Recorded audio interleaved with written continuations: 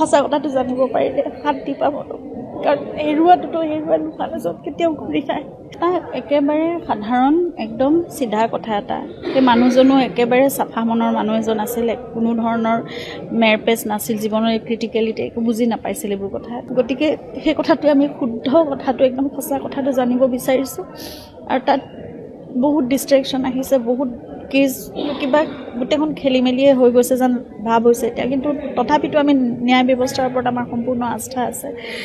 তেওঁলোকে শুদ্ধ এটা ট্ৰেকতে গোটেইখিনি কৰি আছে বুলি এতিয়াও বিশ্বাস কৰিছোঁ। কিন্তু মানে যিমান সোনকালে পাৰি সিমান সোনকালে ভাল, কাৰণ আমাৰ ভিতৰত একুৰা জুই চবৰে ভিতৰত জ্বলি আছে। সঁচা কথাটো জানিব পাৰিলে শান্তি পাব কাৰণ হেৰুৱাটোতো মানুহজন কেতিয়াও ঘূৰি নাহে। এতিয়া মাত্ৰ মই জানিব লাগে কি হৈছে।